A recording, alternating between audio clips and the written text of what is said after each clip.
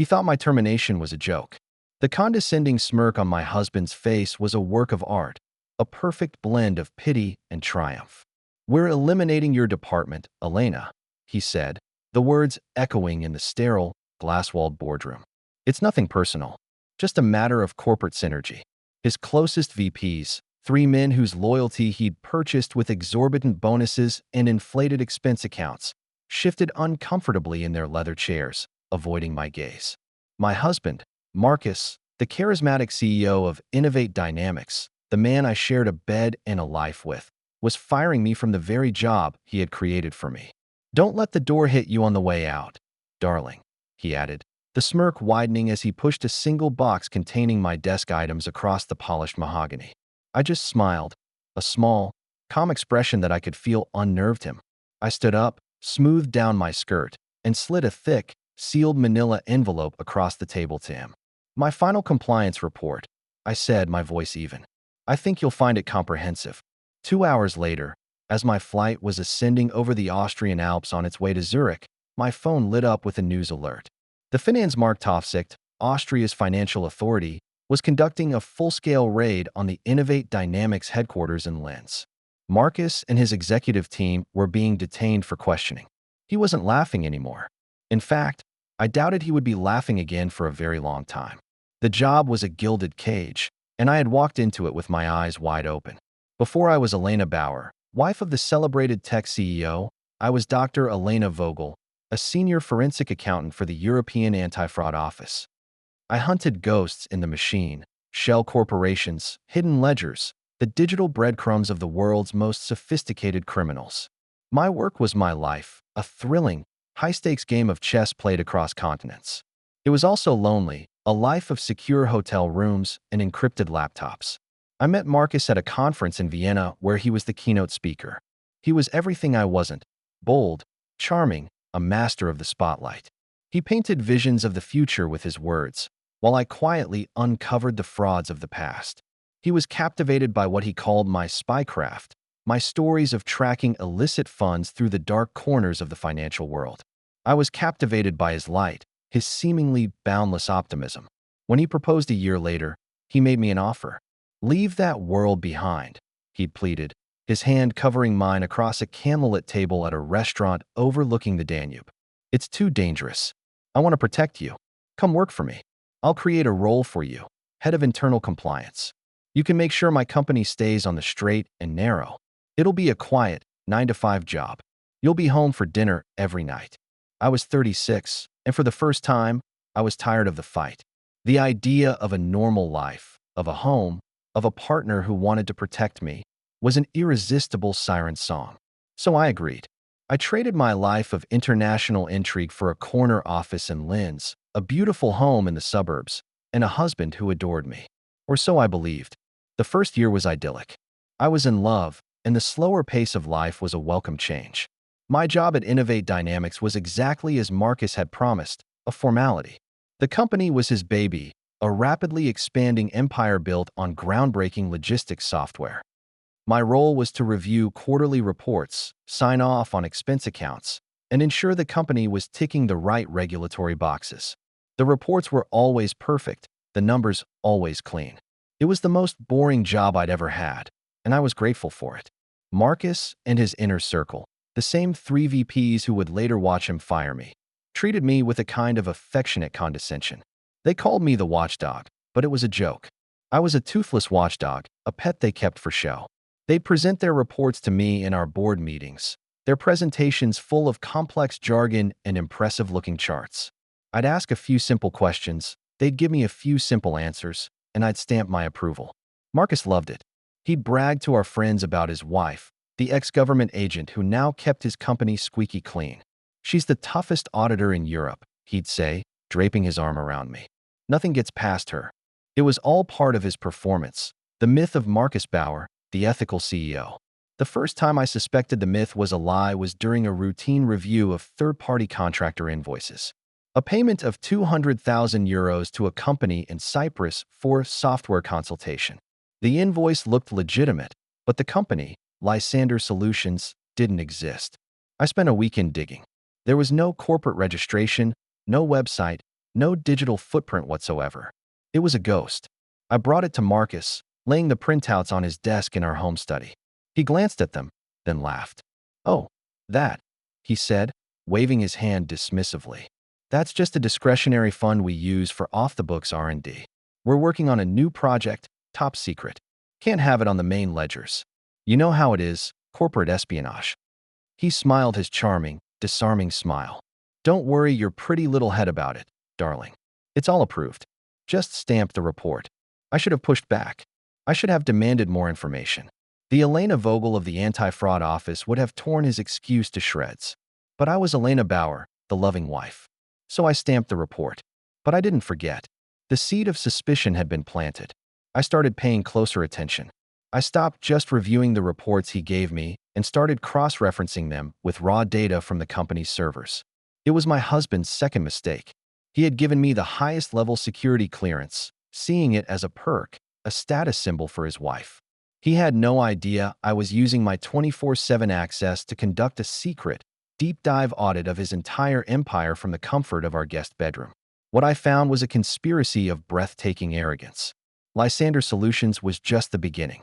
There were a dozen other shell corporations registered in Panama, the Cayman Islands, Malta. They were all linked to Marcus and his 3 VPs. They were systematically overcharging Innovate Dynamics for everything from office supplies to cloud computing services, funneling millions in profits into their own personal offshore accounts. They weren't just skimming off the top, they were gutting the company from the inside out. The brilliant success of Innovate Dynamics, the story that had made my husband a star in the European tech scene, was a complete fabrication. The company was a house of cards, propped up by fraudulent accounting and a mountain of debt. He wasn't a visionary. He was a common criminal, dressed in a bespoke suit. The pain of the betrayal was a cold, physical thing. This man, who had promised to protect me, was a liar and a thief. Our entire life, our beautiful home, our expensive vacations, it was all funded by a lie. The love I felt for him curdled into a quiet, focused rage. But I didn't confront him. I couldn't. He was a powerful man with powerful friends.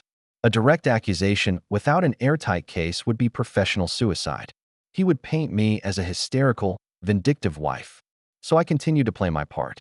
I smiled at his jokes, I planned his dinner parties, and I stamped his fraudulent reports. And every night, after he fell asleep, I would slip into my secret office and continue to gather the evidence, building my case, piece by piece. I became a ghost again, haunting the digital corridors of my own husband's company. The deeper I dug, the uglier the picture became. Marcus and his cronies weren't just stealing from the company, they were endangering it. They had used their falsified profit reports to secure massive loans from the European Investment Bank, loans the company had no realistic way of repaying. They were also in the final stages of negotiating a merger with a larger German conglomerate, a deal that would allow them to cash out their stocks at a massively inflated price before the whole rotten structure collapsed, leaving the new parent company and its shareholders to deal with the fallout.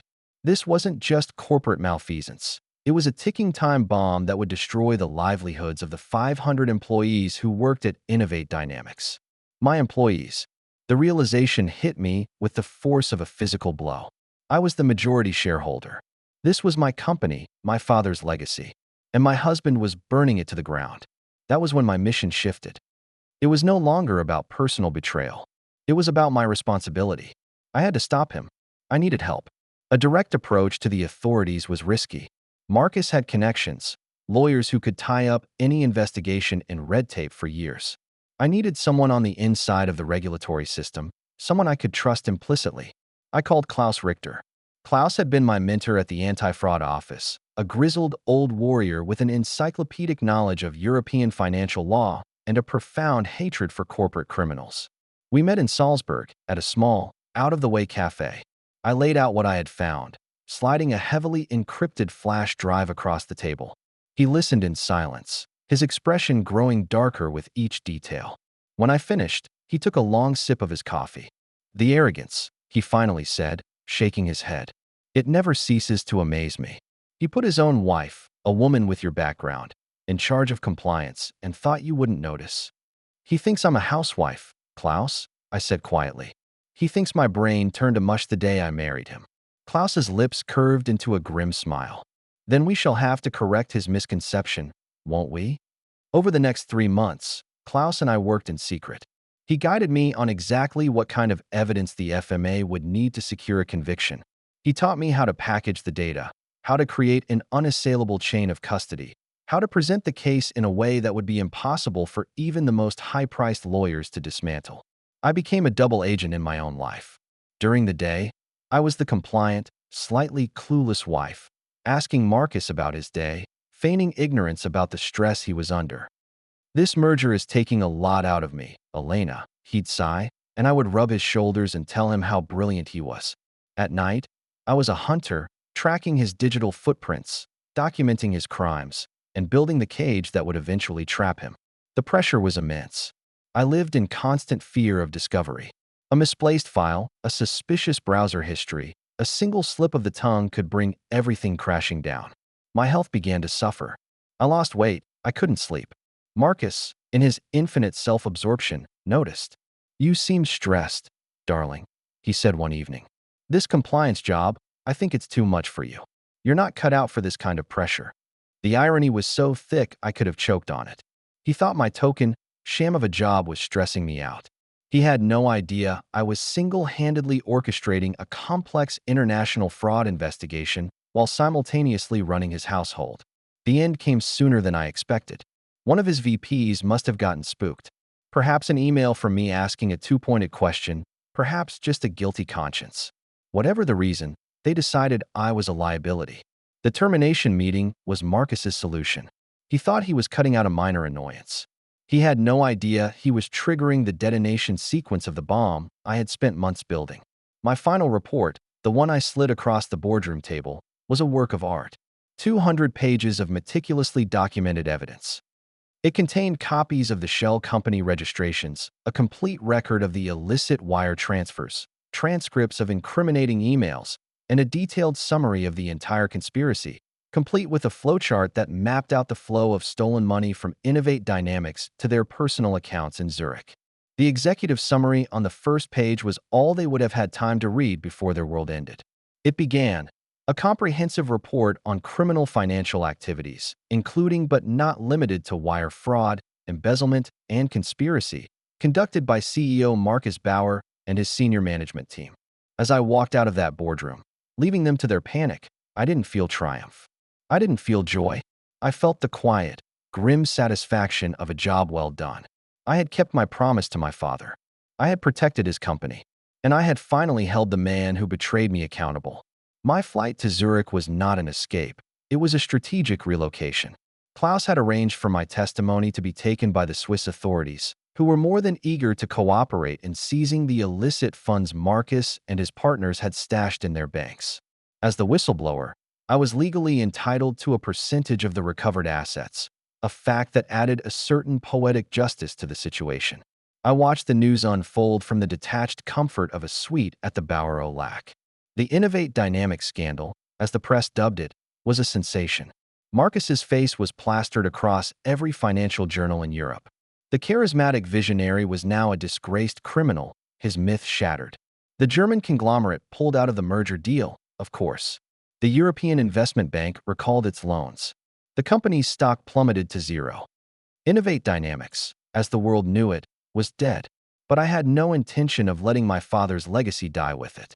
From Zurich, I worked with Arthur Sterling and the remaining, untainted members of the board. We initiated bankruptcy proceedings, not to liquidate, but to restructure. We used the funds seized from Marcus's accounts to pay off the company's immediate debts. We fired every employee who had been complicit in the fraud and promoted the talented, ethical people who had been sidelined. And we put a new plan in place, a plan built on transparency and sustainable growth, the very principles my father had founded the company on.